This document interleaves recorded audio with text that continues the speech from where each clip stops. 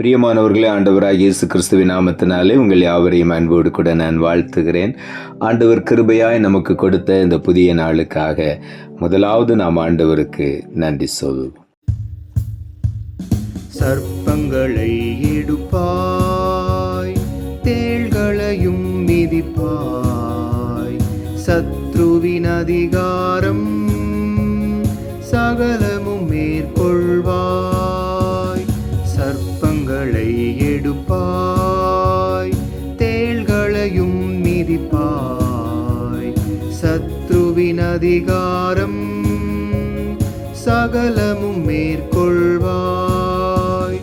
புதுபலன் அடைந்திடுவாய், நீ புதுபலன் அடைந்திடுவாய், புதுபலன் அடைந்திடுவாய், நீ புதுபலன் அடைந்திடுவாய், புதுபலன் அடைந்திடுவாய், நீ புதுபலன் அடைந்திடுவாய், புதுபலன் அடைந்திடுவாய், நீ புதுபலன் அடைந்திடுவாய்.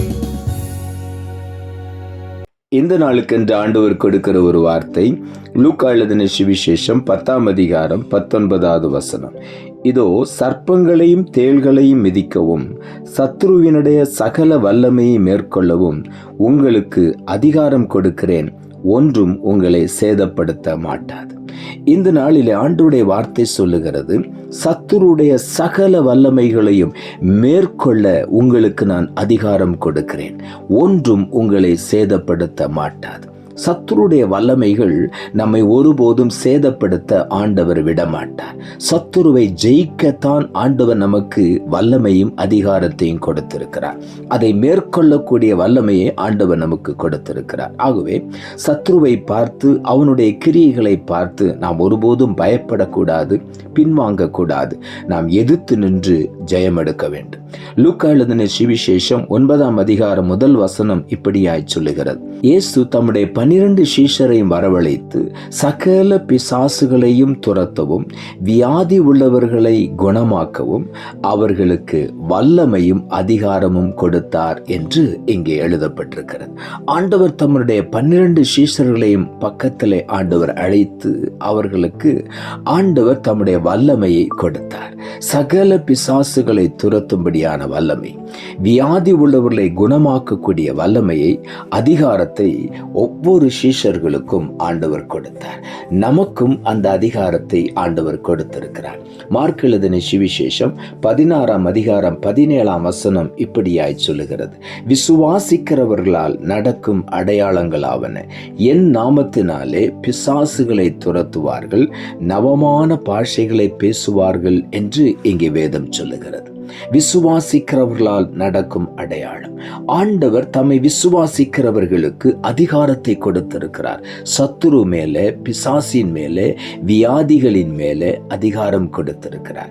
ஆகவே தான் அன்றைக்கு சீஷர்களுக்கு ஆண்டவர் அதிகாரம் கொடுத்து, என்னுடைய நாமத்தினாலே நீங்கள் பிசாசுகளை துரத்துவீர்கள், நவமான பாஷைகளை பேசுவீர்கள் என்று அவர்களுக்கு அதிகாரம் கொடுத்து அனுப்பினார். வியாதியஸ்தர் மேல் கரங்களை வைப்பீர்கள், அப்பொழுது அந்த வியாதி அவர்களுக்கு குணமாகும் என்று அங்கே எழுதப்பட்டிருக்கிறது. ஆகவே விசுவாசிக்கிறவர்களால் நடக்கும் அடையாளங்கள், விசுவாசிக்கிறவர்கள் பிசாசை எதிர்த்து நிற்பார்கள், அவனை துரத்துவார்கள், நவமான பாஷைகளை பேசி ஆண்டவரை மகிமைப்படுத்துவார்கள், வியாதியஸ்தர் மேல் கரங்களை வைப்பார்கள், அவைகள் குணமாகும்.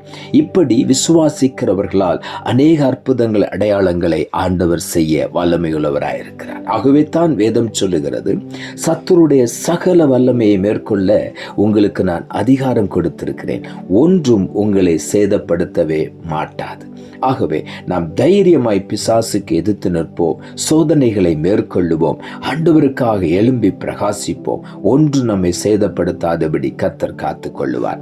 யாக்கோபு நிருபம் 4ஆம் அதிகாரம் 7ஆம் வசனம் இப்படியாய் சொல்லுகிறது, ஆகையால் தேவனுக்கு கீழ்ப்படிந்திருங்கள், பிசாசுக்கு எதிர்த்து நில்லுங்கள், அப்பொழுது அவன் உங்களை விட்டு ஓடி போவான். பிசாசுக்கு எதிர்த்து நிற்கும் பொழுது அவன் நம்மை விட்டு ஓடி போவான். அதே நேரத்தில் ஆண்டவருடைய வார்த்தைக்கு, அவருடைய கட்டளைகளுக்கு நாம் கீழ்ப்படிந்து பிசாசுக்கு எதிர்த்து நிற்கும் பொழுது அந்த பிசாசு நம்மை கண்டு பயந்து ஓடுவான். ஆண்டவருடைய கட்டளைகள், கற்பனைகள் நம்முடைய உள்ளத்துக்குள் இருக்கும் பொழுது, அந்த கற்பனைகளின்படி நாம் நடக்கும் பொழுது நிச்சயமாகவே நமக்கு எதிராக எந்த பிசாசும் எழும்ப முடியாது. எந்த நோயோ எந்த விதமான போராட்டங்களோ நமக்கு எதிராக எழும்பவே முடியாது. எல்லாம் நம்மை விட்டு ஓடி போய்விடும். ஏசாயா தீர்க்க தரிசன புஸ்தகம் 59 அதிகாரம் 19 இப்படியாய் சொல்லுகிறது: வெள்ளம் போல சத்துரு வரும்போது கர்த்தருடைய ஆவியானவர் அவனுக்கு விரோதமாய் கொடியேற்றுவார். அநேக சூழ்நிலைகளிலே வெள்ளம் போல சத்துரு எழும்பி வரும் பொழுது நமக்காக பரிசுத்த ஆவியானவர் யுத்தம் பண்ணுவார். அவனுக்கு விரோதமாக கொடியேற்றி நம்மை ஆண்டவர் பாதுகாத்து மேன்மைப்படுத்துவார். ஆகவே இன்றைக்கு அதிகாரத்தை ஆண்டவர் நமக்கு கொடுத்திருக்கிறார். சத்துருடைய எல்லா வல்லமைகளை மேற்கொண்டு சத்துருவை குறித்து பயப்படாதபடி முன்னேறி சென்று மேன்மையான நன்மைகளையும் ஆசீர்வாதங்களையும் இன்றைக்கு சுதந்திரிக்க ஆண்டவர் நமக்கு உதவி செய்வார். ஆகவே தைரியமாய் ஆண்டவர் நமக்கு அதிகாரம் கொடுத்திருக்கிறபடியினாலே ஒன்றும் நம்மை சேதப்படுத்த ஆண்டவர் அனுமதிக்க மாட்டார் என்று உறுதி கொடுத்திருக்கிறபடியினாலே உள்ளத்தின் ஆழத்திலிருந்து ஆண்டவருக்கு நாம் நன்றி சொல்லுவோம். நாம் ஜெபிப்போம். அன்புள்ள ஆண்டவரை, கிருபையாய் நீர் கொடுத்த இந்த புதிய நாளுக்காய் மறுபடியும் எமக்கு நன்றி செலுத்துகிறோம். ஆண்டவர் கொடுத்த ஜீவனுள்ள வார்த்தைக்காக நன்றி. சத்துருடைய சகல வல்லமைகளை மேற்கொள்ள உங்களுக்கு அதிகாரம் கொடுக்கிறேன், ஒன்றும் உங்களை சேதப்படுத்த மாட்டாது என்ற வார்த்தையை கொடுத்தேன். வசனத்தை கேட்டுக்கொண்டிருக்கிற ஒவ்வொருடைய வாழ்க்கையிலும் சத்துருடைய வல்லமைகளை குறித்து பயப்படாதபடி அவைகளை மேற்கொண்டு ஆண்டவருடைய அதிகாரத்தின்படி வல்லமையின்படி மேற்கொண்டு ஒன்றும் சேதப்படுத்தாது என்ற தைரியத்தோடு முன்னேறி சென்று எல்லா சத்துருக்களின் கிரியைகளை அழித்து போட்டு ஆண்டவருக்காக எழும்பி பிரகாசிக்க ஒவ்வொருவருக்கும் உதவி செய்யும். அநேக நன்மைகளை, ஆசீர்வாதங்களை இன்றைக்கு சுதந்திரித்துக் கொள்ள உதவி செய்யும். நீர் அப்படி செய்கிறபடியினாலும் உமக்கு நன்றி தாழ்த்துகிறோம். இரட்சகர் இயேசுவின் நாமத்தில் ஜெபிக்கிறோம் நல்ல பிதாவே, ஆமென்.